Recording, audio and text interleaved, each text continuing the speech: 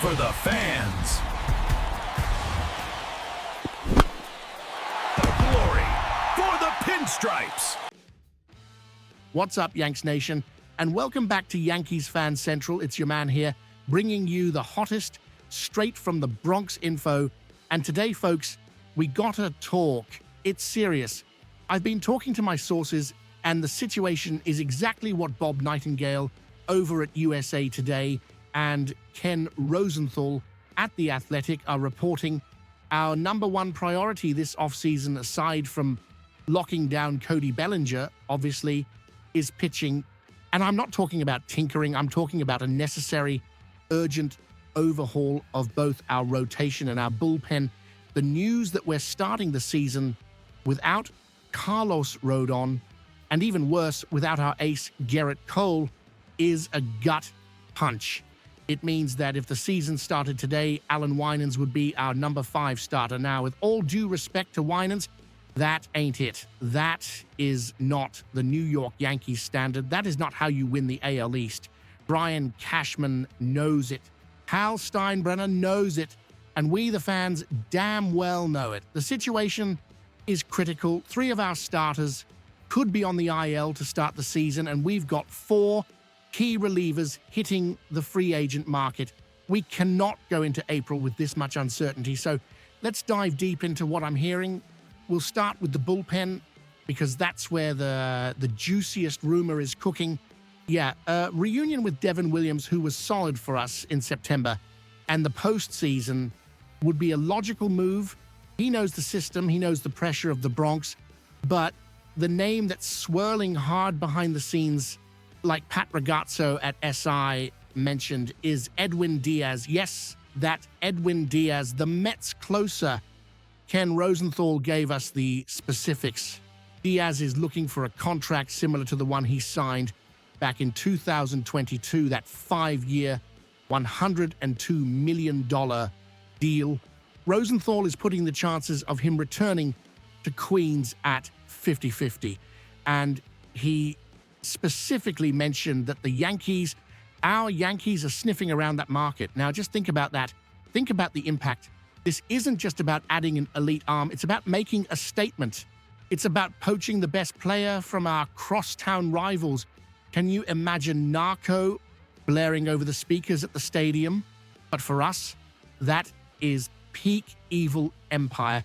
It would be a psychological blow to the Mets and a massive morale boost for us.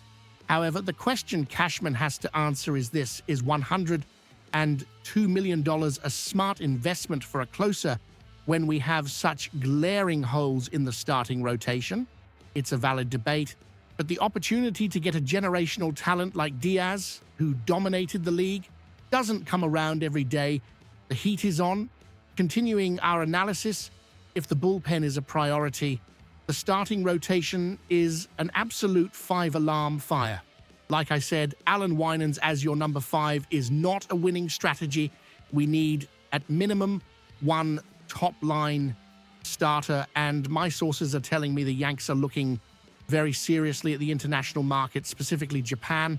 The name you need to memorize is Tatsuya Imai.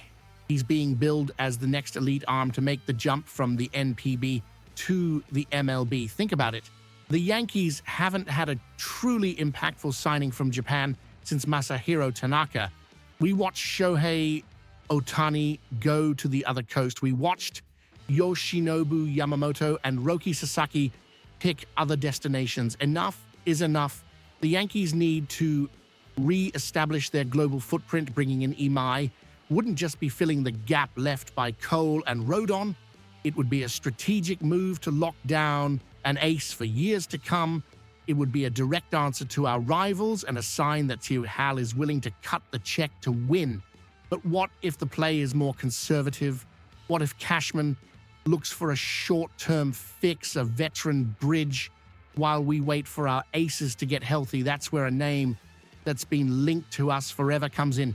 Justin Verlander. Yeah, I know he's 41 years old, but let's look at the facts. Verlander should have been a Yankee back in 2017. There were rumbles again before he signed with the Mets. maybe the third time's the charm. Think of this like the Corey Kluber signing back in 2021. It's a calculated risk.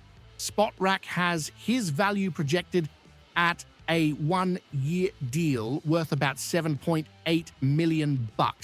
For that price, that's a lottery ticket I'm willing to buy. He's a fierce competitor, a future Hall of Famer, and he brings a win now mentality that our clubhouse desperately needs. The man hates to lose. He'd fit right in with the Pinstripes. The truth is, we can't afford to stand pat. We cannot waste another year of Aaron Judge's prime. The moves made this winter will define our fate. We need an impact starter, and we need to lock down the bullpen. The window for that 28th ring is open, but it's closing fast. The top story is clear. The Yankees are in full-on attack mode to solve their pitching crisis. The injuries to Cole and Rodon have forced Cashman's hand. My strategic question to you, Yanks Nation, is this: what's the priority? Do we go all in, the $102 million, to poach Edwin Diaz from the Mets and build a super bullpen? Or do we use those resources to secure a frontline starter like Tatsuya Imai and maybe supplement with a vet like Verlander? Where is the smarter money? I want to know what you think. Drop your opinions in the comments below. This is the debate that will define our season. Thanks for watching Yankees Fan Central. If you love deep dive analysis and the latest news on the Bronx Bombers, do not forget to smash that like button, subscribe to the channel, and hit the bell. I'm keeping my ear to the ground on all these moves, and I'll bring you the updates as soon as they break. Let's go, Yanks.